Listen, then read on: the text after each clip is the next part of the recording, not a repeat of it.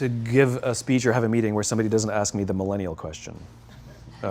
What's the millennial question? Apparently, millennials as a generation, which is a group of people who were born approximately 1984 and after, are tough to manage. And they're accused of being entitled and narcissistic and self-interested, unfocused, lazy. But entitled is the big one. And because they confound leadership so much, what's happening is leaders are asking the millennials, what do you want? And millennials are saying, we want to work in a place with purpose, love that. We want to make an impact, whatever that means. We want free food and beanbags. And so somebody articulates some sort of purpose, there's lots of free food and there's beanbags, and yet for some reason, they're still not happy. And that's because they're missing, there's a missing piece. What I've learned is that I can break it down into 4 pieces, right? There are four things, 4 characteristics. One is parenting, the other one is technology, the third is impatience, and the fourth is environment. The generation that we call the millennials, too many of them grew up subject to, not my words, failed parenting strategies, where, for example, they were told that they were special all the time. They were told that they could have anything they want in life, just because they want it, right? They were told, some of them got into honors classes, not because they deserved it, but because their parents complained. And some of them got A's, not because they earned them, but because the teachers didn't want to deal with the parents. Some kids got participation medals. You got a medal for coming in last, right? Which the science we know is pretty clear, which is it devalues the medal and the reward for those who actually work hard. And it actually makes the person who comes in last feel embarrassed because they know they didn't deserve it. So it actually makes them feel worse, right? So you take this group of people and they graduate school and they get a job and they're thrust into the real world, and in an instant they find out they're not special, their moms can't get them a promotion, that you get nothing for coming in last, and by the way, you can't just have it because you want it, right? And in an instant, their entire self-image is shattered. And so you have an entire generation that's growing up with lower self-esteem than previous generations. The other problem, to compound it, is we're growing up in a Facebook, Instagram world. In other words, we're good at putting filters on things. We're good at showing people that life is amazing even though I'm depressed, right? And so everybody sounds tough, and everybody sounds like they got it all figured out. And the reality is there's very little toughness, and most people don't have it figured out. And so when the more senior people say, well, what should we do? They sound like, this is what you got to do. And they have no clue, right? So you have an entire generation growing up with lower self-esteem than previous generations, right? Through no fault of their own, right? They were dealt a bad hand, right? Now let's add in technology. We know that engagement with social media and our cell phones releases a chemical called dopamine. That's why when you get a text, it feels good, right? So we've all had it where you're feeling a little bit down or feeling a bit lonely, and so you send out 10 texts to 10 friends, hi, hi, hi, hi, hi, because it feels good when you get a response, right? Right? It's why we count the likes. It's why we go back 10 times to see if my Instagram is growing slower. Did I do something wrong? Do they not like me anymore, right? The trauma for young kids to be unfriended, right? Because we know when you get a hit of dopamine, which feels good. It's why we like it. It's why we keep going back to it. Dopamine is the exact same chemical that makes us feel good when we smoke, when we drink, and when we gamble. In other words, it's highly, highly addictive. Right? We have age restrictions on smoking, gambling, and alcohol, and we have no age restrictions on social media and cell phones, which is the equivalent of opening up the liquor cabinet and saying to our teenagers, hey, by the way, this adolescence thing, if it gets you down.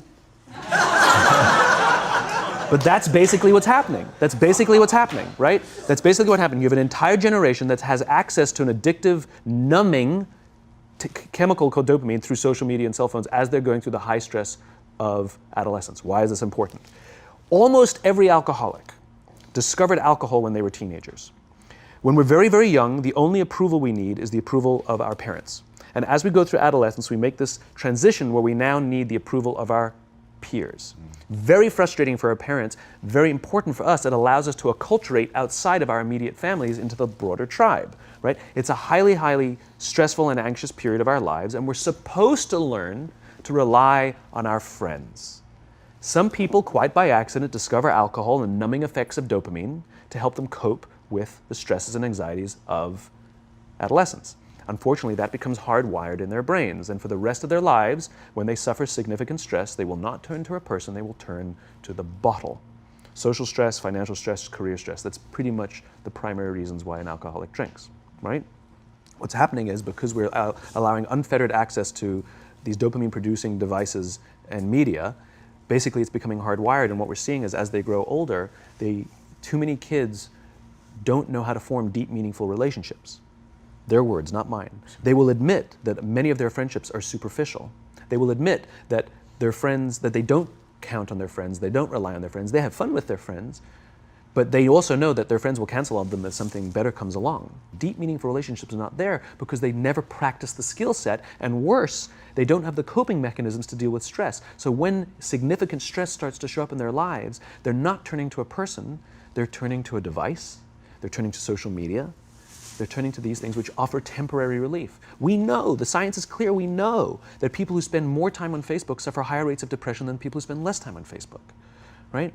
These things balanced. Alcohol is not bad, too much alcohol is bad. Gambling is fun, too much gambling is dangerous, right? There's nothing wrong with social media and cell phones. It's the imbalance, right? If you're sitting at dinner with your friends and you're texting somebody who's not there, that's a problem. That's an addiction. If you're sitting in a meeting with people you're supposed to be listening to and speaking, and you put your phone on the table, face up or face down, I don't care, that sends a subconscious message to the room that you're just not that important to me right now, right? That's what happens. And the fact that you cannot put it away is because you are addicted, right? If you wake up and you check your phone before you say good morning to your girlfriend, boyfriend, or spouse, you have an addiction. And like all addiction, in time, it'll destroy relationships, it'll cost time, and it'll cost money, and it'll make your life worse, right? So you have a generation growing up with lower self-esteem that doesn't have the coping mechanisms to deal with stress, right? Now you add in the sense of impatience, right? They've grown up in a world of instant gratification. You want to buy something, you go on Amazon, it arrives the next day. You want to watch a movie? Log on and watch a movie. You don't check movie times. You want to watch a TV show? Binge. You don't even have to wait week to week to week, right? I know people who skip seasons just so they can binge at the end of the season, right? Instant gratification. You want to go on a date? You don't even have to learn how to be like, hey. You don't even have to learn and practice that skill. You don't have to be the uncomfortable one who says yes when you mean no and says no when you mean no, but yes when you don't have to swipe right. Bang, I'm a stud. Right? You don't have to learn the social coping mechanisms, right? Everything you want, you can have instantaneously. Everything you want, instant gratification, except job satisfaction and strength of relationships. There ain't no app for that. They are slow, meandering, uncomfortable, messy processes. And so I keep meeting these wonderful, fantastic, idealistic, hardworking, smart kids. They've just graduated school. They're in their entry-level job. I sit down with them and I go, how's it going? They go, I think I'm going to quit. I'm like, why? They're like, I'm not making an impact. I'm like, you've been here 8 months. You know? It's as if they're standing at the foot of a mountain and they have this abstract concept called impact that they want to have in the world, which is the summit. What they don't see is the mountain. I don't care if you go up the mountain quickly or slowly, but there's still a mountain. And so what this young generation needs to learn is patience. That some things that really, really matter, like love, or job fulfillment, joy, love of life, self-confidence, a skill set, any of these things, all of these things take time. Sometimes you can expedite pieces of it, but the overall journey is arduous and long and difficult. And if you don't ask for help and learn that skill set, you will fall off the mountain, or you will, the worst case scenario, and we're already seeing it, the worst case scenario is we're seeing an increase in suicide rates, we're seeing an increase in this generation, we're seeing an increase in accidental deaths due to drug overdoses, we're seeing more and more kids drop out of school or take leaves of absence due to depression, unheard of. These are all, this is really bad. The best case scenario, those are all bad cases, right? The best case scenario is you'll have an entire population growing up and going through life and just never really finding joy. They'll never really find deep fulfillment in work or in life. They'll just waft through life and it'll be just, it's fine. How's your job? It's fine. The same as yesterday. How's your relationship? It's fine. Like that's the best case scenario, which leads me to the fourth point, which is environment, which is we're taking this amazing group of young, fantastic kids who were just dealt a bad hand. It's no fault of their own. And we put them in corporate environments that care more about the numbers than they do about the kids. They care more about the short-term gains than the long-term life of this young human being. We care more about the year than the lifetime, right? And so we are putting them in corporate environments that aren't helping them build their confidence, that aren't helping them learn the skills of cooperation, that aren't helping them overcome the challenges of a digital world and finding more balance, that isn't helping them overcome the need to have instant gratification and teach them the joys and impact and the fulfillment you get from working hard on something for a long time that cannot be done in a month or even in a year. And so we're thrusting to them in corporate environments, and the worst part about it is they think it's them. They blame themselves. They think it's them who can't deal. And so it makes it all worse. It's not. I'm here to tell them it's not them. It's the corporations, it's the corporate environments, it's the total lack of good leadership in our world today that is making them feel the way they do. They were dealt a bad hand, and I hate to say it, but it's the company's responsibility. Sucks to be you, like we have no choice, right? This is what we got, and I wish that society and their parents did a better job. They didn't. So we're getting them in our companies, and we now have to pick up the slack. We have to work extra hard to figure out the ways that we build their confidence. We have to work extra hard to find ways to teach them the social skills that they're missing out on. There should be no cell phones in conference rooms. None. Zero. And I don't mean the kind of like sitting outside waiting to text. I mean like when you're sitting and waiting for a meeting to start, this is what we all do. We all sit here and wait for the meeting to start. Meeting starting? Okay. And we start the meeting. No, that's not how relationships are formed. Remember we talked about it's the little things? Relationships are formed this way. We're waiting for a meeting to start and we go, how's your dad? I heard he was in the hospital. Oh, he's really good. Thanks for asking. He's actually at home now. Oh, I'm really glad. That was really amazing. I know, it was really scary for a while. That's how you form relationships. Hey, did you ever get that report done? Oh my God, no, I didn't. I'll help you out. Can I help you out with that? Really? That's how trust forms. Trust doesn't form at an event in a day. Even bad times don't form trust immediately. It's the slow, steady consistency. And we have to create mechanisms where we allow for those little innocuous interactions to happen. But when we allow cell phones in conference rooms, we just, okay, have the meeting. And then my favorite is like when there's a cell phone there and you go like this, you go. It rings and you go. I'm not going to answer that. Like, Mr. Magnanimous, you know? When you're out for dinner with your friends, like I do this with my friends. When we're going out for dinner and we're leaving together, we'll leave our cell phones at home. Who are we calling? Maybe one of us will bring a phone in case we need to call an Uber or take a picture of our meal. That goes without saying, come on. I'm an idealist, but I'm not insane. You know? Not a heathen. I mean, it looked really good. We'll take one phone. And so it's like an alcoholic. The reason you take the alcohol out of the house is because we cannot trust our willpower. We're just not strong enough. But when you remove the temptation, it actually makes it a lot easier. And so when you just say, don't check your phone, people literally will go like this. And somebody will go to the bathroom, and what's the first thing we do? Grab the phone. Because I wouldn't want to look around the restaurant for a minute and a half, you know? But if you don't have the phone, you just kind of enjoy the world. And that's where ideas happen. The constant engagement is not where you have innovation and ideas. Ideas happen when our minds wander and we go, and you see something, I bet they could do that. That's called innovation, right? But we're taking away all those little moments, right?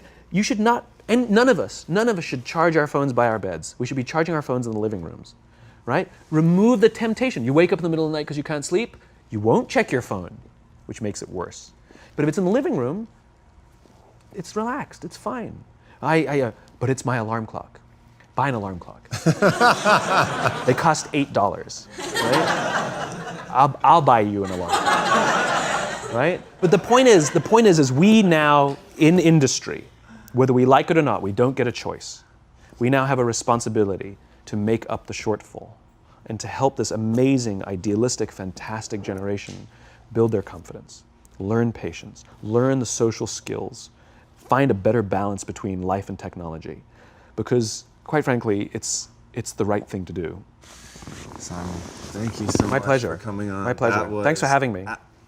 Thank you for coming. That was incredible. Absolutely amazing. Where can they find you? It's ironic, isn't it? Well, you can find me on social media. When you're not in a meeting. So yeah, I'm in all the usual places. But I will tell you one thing. So I have a new book coming out in September. It's a thinly veiled plug, but You've made them very happy. But what's special about it is I wanted to produce something that no digital format could reproduce. Interesting. And so it's an illustrated quote book. It's beautifully illustrated. I was very sort of pushy about this, that I didn't want the illustrations done on a computer. They were done by hand. There's a song, Aloe Black, the singer, the Grammy-nominated singer. The book is called Together is Better, and he gave me a song that goes with it. And the music is at the back of the book, and it's actually, the lyrics are in his handwriting. It's actually his handwriting. And here's the best part. The book is scented. We scented it with a custom scent made by this amazing company called 1229, and they designed for me the scent of optimism. All right. So you smell the pages, and they smell like optimism, right? And the thing that I love about this is I can't do that in any ebook format. I wanted to create something that you had to physically engage with, and it's designed to be given as a gift. The first page says to, from, because I wanted it to be given as a gift to someone you want to say thank you for inspiring you, or to give to someone you wanted to inspire. It was designed to promote this physical interaction and engaging with the real world. So I'm really proud of it. It's incredible, man. Super unique. Yeah, it's fun. I hope it does smashingly well, as your other books have, and have given so much to people, and it's just really, really been incredible. And what you shared with us today, man, honestly. Thank you. Absolutely wonderful. Appreciate it. Thank you very much. So much. Truly, thank you for having me. My pleasure. Guys, I should have done the entire interview at his feet, which is exactly how it felt. He has an amazing Twitter quote, which I'm going to paraphrase, but leaders are learners, and the people who stop pretending like they know everything and really open themselves up to knowledge are the ones that go farther ahead. Needless to say, it was much shorter than that since it was 140 characters, but that's the idea. And when I encountered Simon for the first time, it was with that enthusiasm of being opened up to learning something new, to changing everything, to build something that is better. Knowing why you're doing what you're doing is so critical, and just the human way in which he approaches the world and the connection, and hearing that today in front of this audience and seeing everybody in rapt attention and talking about putting the cell phones aside and really remembering to connect. I think that is just incredibly, incredibly important. So, Simon, thank you again so much for sharing with us. My pleasure. Thank you very much. Really beautiful. Thank you.